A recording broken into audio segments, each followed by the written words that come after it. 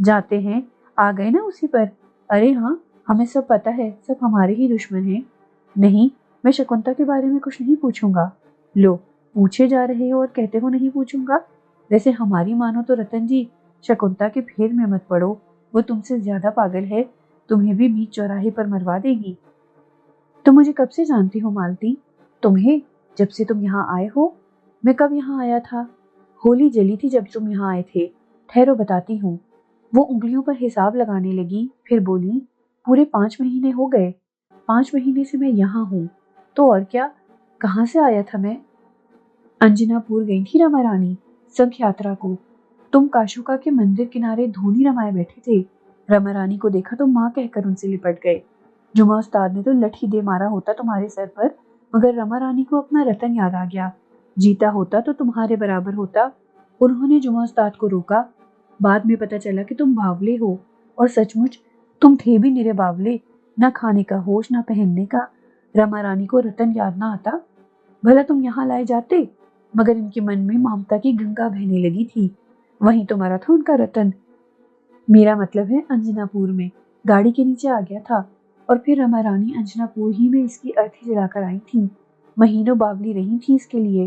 حالانکہ تم جانتے ہو رتن جی، ان جگہوں پر بیٹوں سے زیادہ پیار نہیں کیا جاتا، مگر اکیلے جو تھے رما رانی کے، تینوں لڑکیاں رما رانی کی بڑی بہن اوما رانی کی ہیں۔ چچی کہتی ہیں بچپن سے، مگر تم یہ سب کچھ پوچھے کیوں جا رہے ہو؟ تو میں رما رانی کا رتن نہیں ہوں؟ میں نے کہا اور مالتی ہنس پڑی۔ بڑی سادہ سی عورت تھی، کہنے لگی، لو، جب رتن مر ہی گیا تو تم بھلا کیسے ان کے رتن ہو سکتے ہو؟ مگر انہوں نے تمہارا نام رتن ہی رکھ ڈالا، اور بڑے پیار سے تمہیں رتنا رتنا کہتی ہیں، اور جب سے میں انہی کے پاس ہوں۔ مگر میں نے رما رانی کو اپنا نام نہیں بتایا تھا کیا؟ مالتی پھر ہنس پڑی، بولی، بتاتے کیسے؟ منہ سے رات بہتی تھی، ہر وقت ناک بہتی رہتی تھی، کھانے پینے کا ہوش نہیں تھا۔ مہینوں کے بعد تو بولے ہو، ورنہ پہلے ہم تمہیں گونگا ہی سمجھتے تھے۔ ویسے ترویدی کے علاج نے تمہیں بڑا فائدہ دیا، مگر تم باولے کیسے ہو گئے تھے رتن جی؟ میں ٹھنڈی ٹھنڈی سانسیں لے رہا تھا۔ جو انکشاف مجھ پر ہوا تھا وہ بہت سی حقیقتوں سے روشناس کرا گیا تھا، مگر یہ اندازہ نہیں ہوا کہ یہ سب کچھ کیسے ہوا۔ 5 مہینے کھو گئے تھے میرے، پورے 5 مہینے۔ کیسے؟ آخر کیسے؟ کیا چکر چلایا تھا اس خبیث بھوریا چرن نے؟ اس بار کیا چکر چلا دیا تھا؟ چاند خان صاحب کو تو وہ اس بزرگ کے دیے ہوئے تعویذ کی وجہ سے کوئی نقصان نہیں پہنچا سکا تھا، لیکن راستہ ضرور روکا ہوگا اس نے۔ میرا اور کمبخت ہو گیا کامیاب۔ خدا اسے غارت کرے، پتہ نہیں بیچارے چاند خان پر کیا گزری ہوگی، کہاں کہاں مجھے تلاش کرتے پھرے ہوں گے۔ مگر میں پاگل کیسے ہو گیا تھا؟ بڑی الجھنیں واقعی تھی ابھی، لیکن کم از کم یہ اندازہ ضرور ہو گیا تھا کہ میں کسی رتن کا ہم شکل نہیں، بلکہ دماغی خرابی ہو گئی تھی میرے اندر، اور بھٹکتا پھر رہا تھا کہ رما رانی مجھے یہاں لے آئی۔ مگر میری دیوانگی کی وجہ کیا تھی؟ ایک سوال اور کیا میں نے مالتی سے، مالتی، تمہارے اس شہر کا نام کیا ہے؟ ارے، یہ بھی نہیں یاد تمہیں؟ بتا دو مالتی، بہت سی باتیں مجھے یاد نہیں۔ اب ہمیں باولا کرو گے؟ تم شکتی نگر کا نام نہیں جانتے؟ اور میرا دل اچھل کر حلق میں آ گیا۔ تو وہی جگہ تھی جہاں چاند خان رہتے تھے، شکتی نگر۔ یہ شکتی نگر ہی ہے نا؟ میں نے بے یقینی کے انداز میں مالتی سے پوچھا۔ باولا کر کے چھوڑو گے؟ لو، ہم نہیں بیٹھتے تمہارے پاس، جا رہے ہیں، جسے دیکھو ہمارا مذاق اڑاوے ہے۔ وہ اٹھی اور باہر نکل گئی، لیکن میرا دماغ سائیں سائیں کر رہا تھا۔ بھوریا چرن صرف بھوریا چرن، بھلا اور کون ہو سکتا تھا ان واقعات کے پیچھے؟ مگر چاند خان صاحب، اگر یہ شکتی نگر ہی ہے تو پھر مجھے فوراً چاند خان صاحب سے ملنا چاہیے، ان کی خبر لینی چاہیے۔ بیچارے تھک ہار کر بیٹھ گئے ہوں گے، نہ جانے کس طرح مجھے ان سے الگ کر دیا گیا ہوگا۔ دل بے چین ہونے لگا، جی تو چاہا اسی وقت باہر نکل جاؤں، راستے تلاش کر ہی لوں گا۔ ویسے بھی شکتی نگر کے ان علاقوں سے اجنبی نہیں تھا جہاں چاند خان صاحب رہتے تھے، باہر نکلوں گا تو پتہ چل ہی جائے گا۔ اس دوران کبھی اس طرف نہیں آنا ہوا تھا، اور آنے کا کوئی جواز بھی نہیں تھا۔ رات نہ جانے کس طرح گزاری۔ 12 بجے کے بعد اس علاقے میں مکمل سناٹا چھا گیا تھا، اور ویسے بھی بس یہی لمحات ہوا کرتے تھے یہاں زندگی کے۔ مجھے پوری طرح یہ احساس ہو گیا تھا کہ بہت سی باتیں میری شناسا کیوں ہیں، لیکن یہ 5 مہینے میری نگاہوں سے اوجھل کیسے رہے؟ روز اول ہی مجھے کیوں نہ معلوم ہو گیا کہ میں کسی اجنبی جگہ آ گیا ہوں؟ مالتی کہتی تھی کہ میں پاگل ہو گیا تھا۔ ہو سکتا ہے،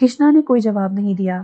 رما رانی پھر بولی، یہ کون سی جگہ ہے کشنا؟ تمہیں اچھی طرح معلوم ہے یہاں جیسی باتیں تم کرو تم نہ جانے کہاں کی باتیں کرنے لگی ہو۔ یہاں جو کچھ ہوتا ہے اس میں یہ کوئی معیوب بات ہے؟ منع کر سکتے ہیں ہم کسی کو؟ لوگ ہم پر ہنسیں گے نہیں؟ جو کچھ وہ کہیں گے اس کا اندازہ ہے تمہیں؟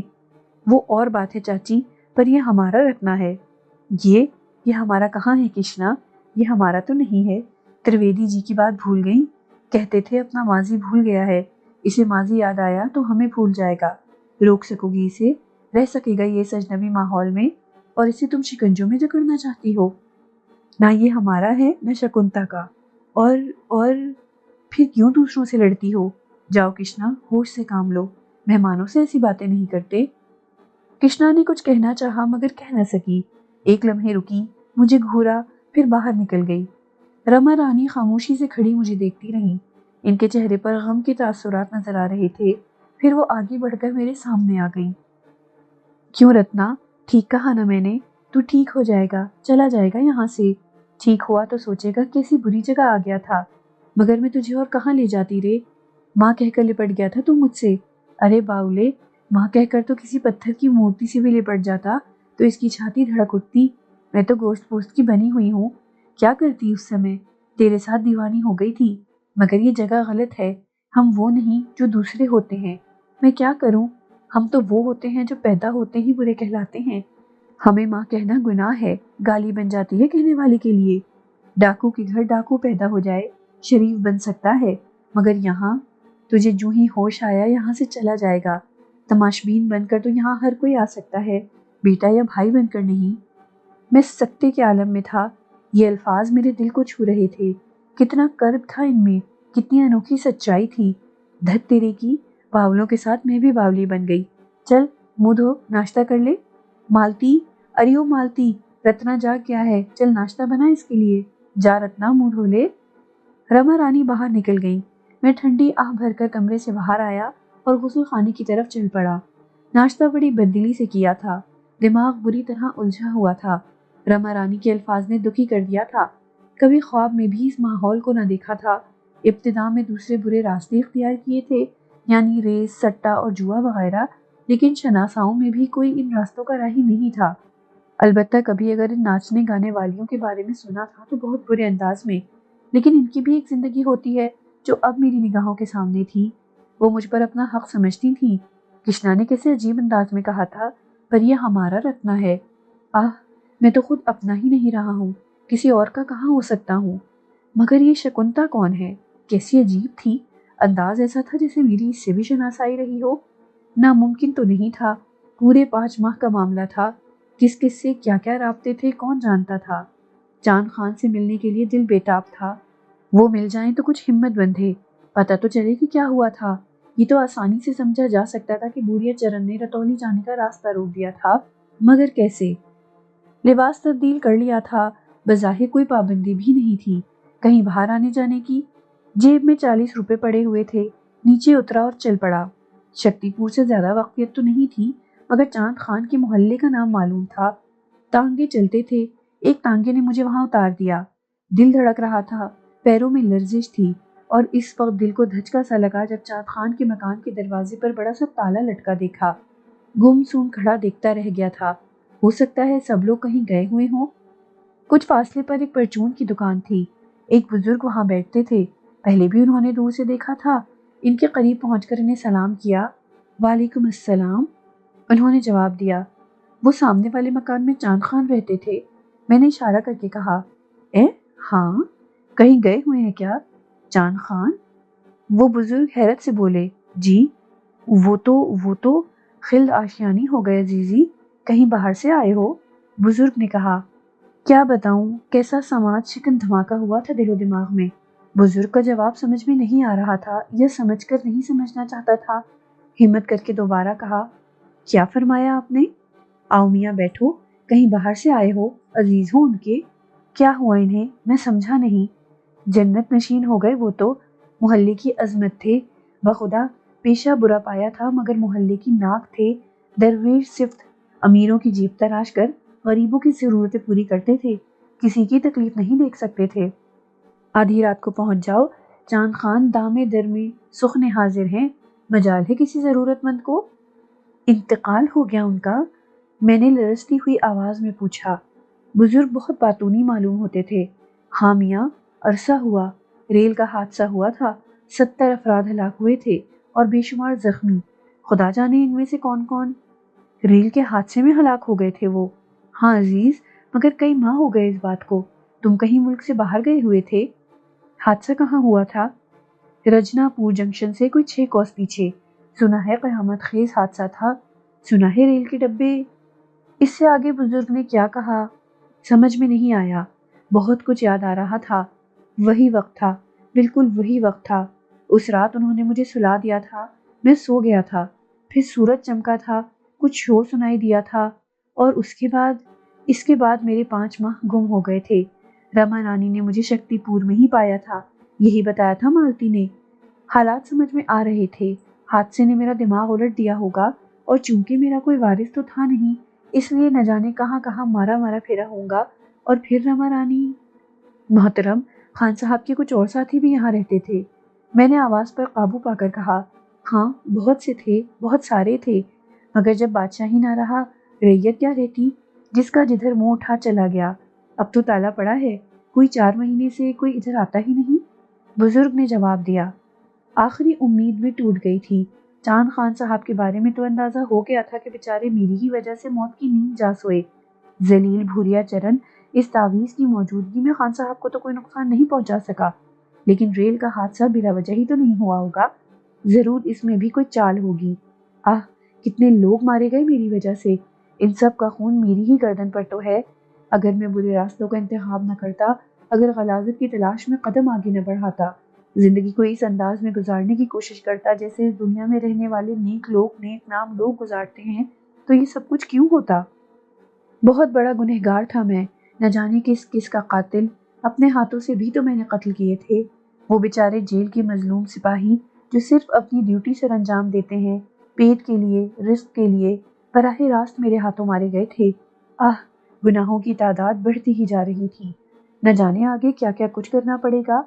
خان صاحب کی کسی ساتھی کا پتہ چل جاتا تو کم از کم اس سے رتولی کے بارے میں معلومات حاصل کر لیتا۔ ان صاحب کا نام بھی مجھے یاد نہیں رہا تھا جن صاحب کے پاس خان صاحب مجھے لے جا رہے تھے۔ کاش اس وقت توجہ ہی دے لیتا، خان صاحب سے وہ تمام تفصیلات پوچھ لیتا تو کم از کم کوئی صحیح اندازہ ہی ہو جاتا۔ یہی غنیمت تھا کہ رتولی کا نام معلوم ہے، وہاں جانے کی کوشش کی جا سکتی ہے، لیکن خان صاحب کے بغیر کیا کروں گا؟ کیا کہوں گا کسی سے؟ کسے تلاش کروں گا؟ کیا یہ سب ممکن ہے؟ کیا یہ سب ممکن ہے؟ پھر دل میں ایک خیال ابھرا، خان صاحب کے گھر کا جائزہ تو لیا جائے، ہو سکتا ہے وہاں کوئی ایسی نشاندہی ہو جائے جس سے کچھ اور تفصیلات معلوم ہوں۔ یہ خیال اچانک ہی دل میں پیدا ہوا تھا اور اتنی شدت اختیار کر گیا تھا کہ دل بے اختیار خان صاحب کے مکان میں داخل ہونے کو چاہنے لگا۔ وہاں سے ہٹا تو بزرگ بولے، ارے نہیں میاں، ایسے کیسے جا سکتے ہو؟ گنے کا رس منگواتا ہوں تمہارے لیے، 2 گلاس پیو، دل ٹھنڈا ہو جائے گا۔ بڑی بری خبر سنائی ہے ہم نے تمہیں، لیکن تعجب ہے 5 ساڑھے 5 مہینے ہو گئے اس واقعے کو تو تم نے خبر ہی نہ لی۔ آخر ان سے تمہارا کیا رشتہ تھا؟ ان باتوں نے بزرگ کو بڑی مشکل سے ٹالا۔ گنے کے رس سے معذرت کی، جھوٹ بولنا پڑا تھا اس سلسلے میں۔ انہوں نے چائے کی پیشکش بھی کر دی، لیکن بس جان چھڑا کر وہاں سے ہٹا تھا۔ دل پر ایک بار پھر غم کے پہاڑ ٹوٹ پڑے تھے۔ یہ احساس دل سے دور نہیں ہو رہا تھا کہ چاند خان جیسا مخلص آدمی میری وجہ سے ہلاکت کا شکار ہوا۔ مکان کے قریب پہنچا، سامنے سے گزرا، بغلی سمت آ گیا۔ دوسرے مکانات میں گھرا ہوا تھا یہ مکان، البتہ 6 مکان آگے جا کر راستہ دوسری جانب مڑ جاتا تھا اور یہاں سے خان صاحب کے مکان کے احاطے کے پچھلے حصے میں پہنچا جا سکتا تھا جسے میں نے دیکھا ہوا تھا۔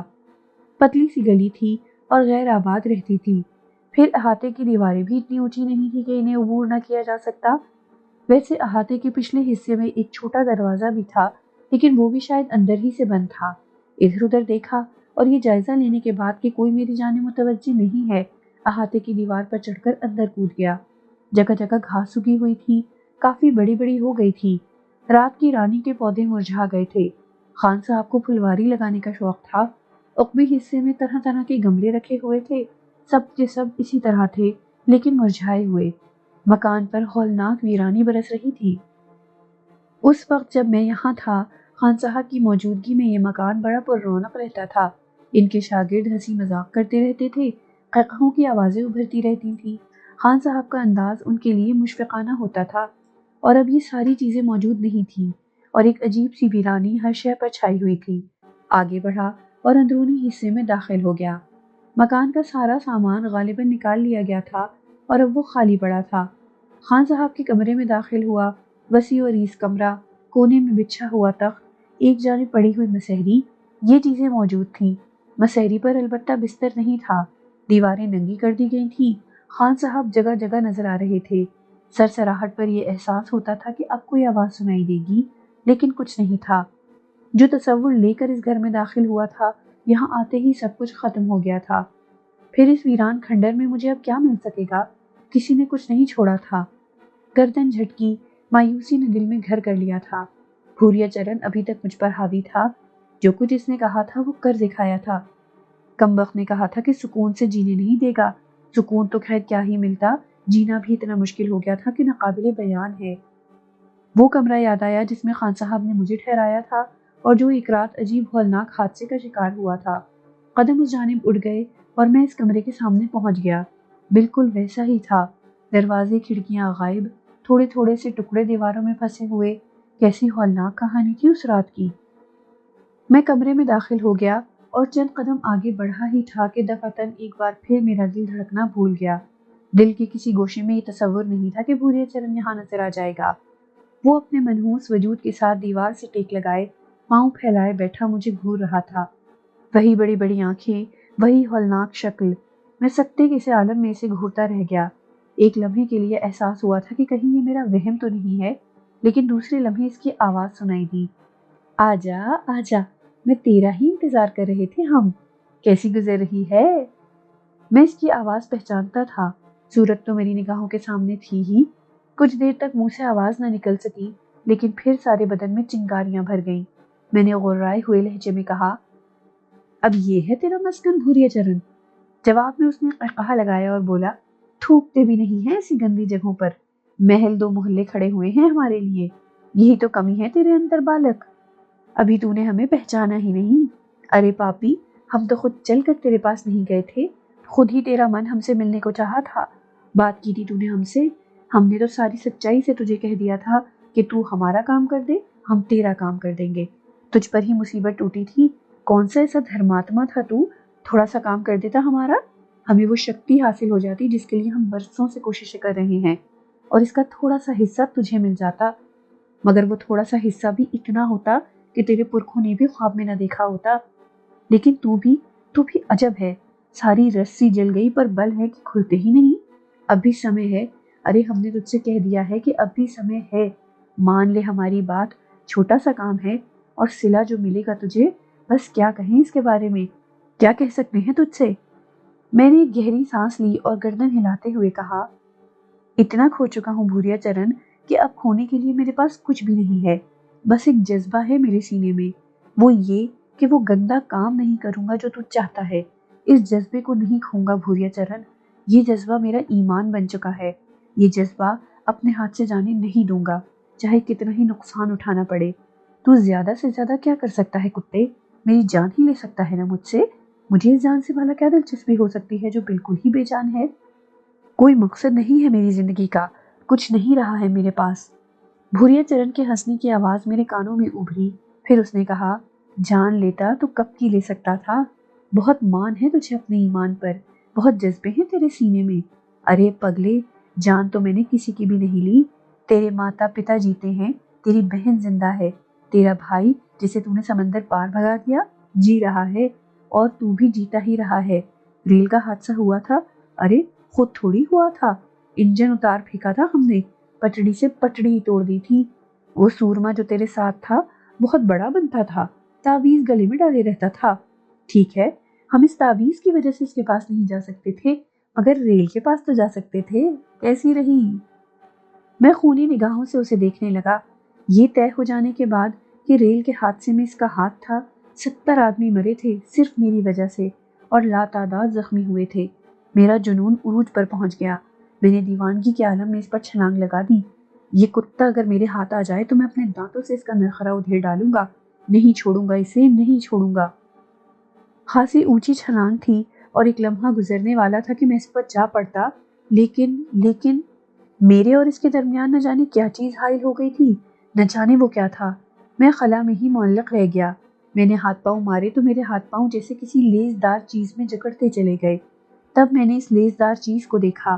موٹی سی رسی کی مانند بے رنگ جالے تھے، مکڑی کے جالے، لیس دار بدن سے چپک جانے والے، اتنے مضبوط کہ انہوں نے میرا جسم پورا کا پورا بوجھ سنبھال لیا تھا۔ میں ان لیس دار جالوں سے لٹک کر بے بس ہو گیا۔ جتنے ہاتھ پاؤں چلائے اتنے ہی یہ جالے مجھ سے لپٹتے چلے گئے، اور پھر یہ کیفیت ہو گئی کہ میں جنبش بھی نہیں کر سکتا تھا۔ ہاں، بھوریا چرن مجھے نظر آ رہا تھا۔ وہ اسی طرح پاؤں پھیلائے مجھ سے بے تعلق بیٹھا ہوا تھا۔ یہ گھنونے لیس دار جالے چھت سے لے کر زمین تک پھیلے ہوئے تھے، اور بے رنگ ہونے کی وجہ سے میں نے انہیں نہیں دیکھا تھا۔ پھر ان جالوں پر کوئی شے متحرک نظر آئی۔ اس تحریک سے میرا بدن بھی جالوں میں لپٹا ہل رہا تھا۔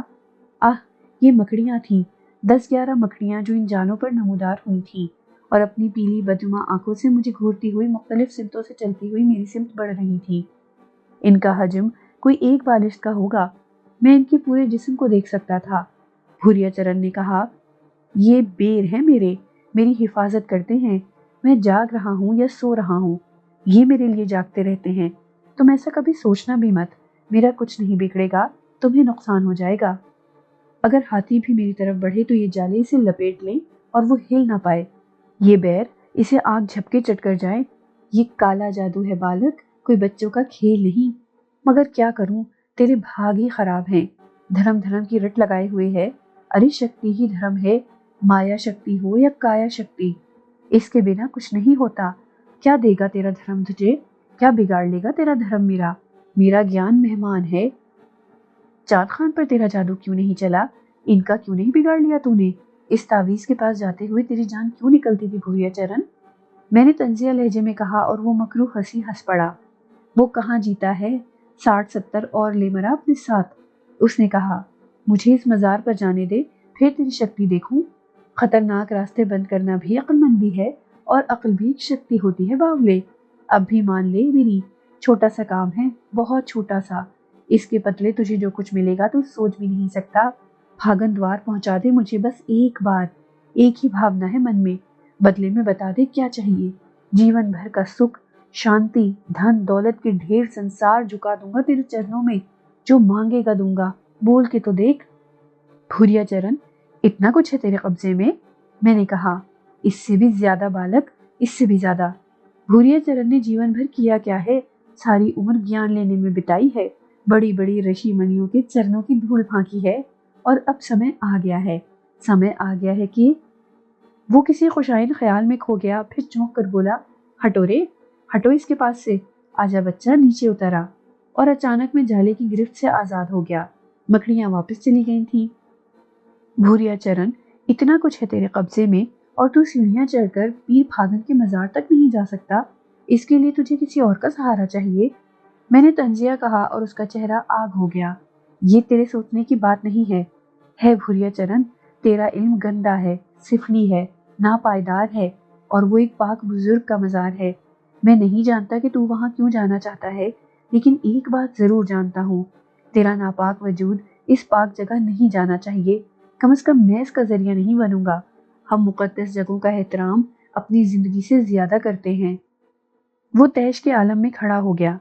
ہیرے کتے کی پونچھ، ارے تیری ٹڑ تو ہم ایسی نکالیں گے کہ یاد رکھے گا، جا مر، بھاگ جا یہاں سے، اپنی ضد کے مزے چکھ، ٹھیک ہوگا، خود ٹھیک ہوگا، اللہ مالک ہے، جو ہوگا دیکھا جائے گا، میں نے کہا، اور بھوریا چرن دندناتا ہوا وہاں سے نکل گیا۔ میرے لیے اب وہاں رکنا بیکار تھا، چنانچہ میں بھی مکان سے باہر نکل آیا۔ دماغ سنسنا رہا تھا، خیالات پریشان تھے، کوئی بات سمجھ میں نہیں آ رہی تھی۔ خیالات میں ڈوبا جا رہا تھا کہ راستے میں شکنتا نظر آئی۔ کالج کے یونیفارم میں تھی، مجھے نہیں دیکھ پائی تھی، پتہ نہیں کہاں سے آ رہی تھی۔ ہو سکتا ہے تعلیم حاصل کرتی ہو۔ گھر واپس آ گیا، پاؤں خود بخود یہاں لے آئے تھے، اور کوئی ٹھکانہ ہی نہ تھا۔ اس کے بعد وہی شام، وہی معمولات۔ مہمانوں کے لیے پھولوں کے ہار لینے نکلا تھا کہ تماشبینوں میں ایک صورت نظر آئی اور ساری جان آنکھوں میں کھنچ آئی۔ کیا یہ ماموں ریاض ہی ہیں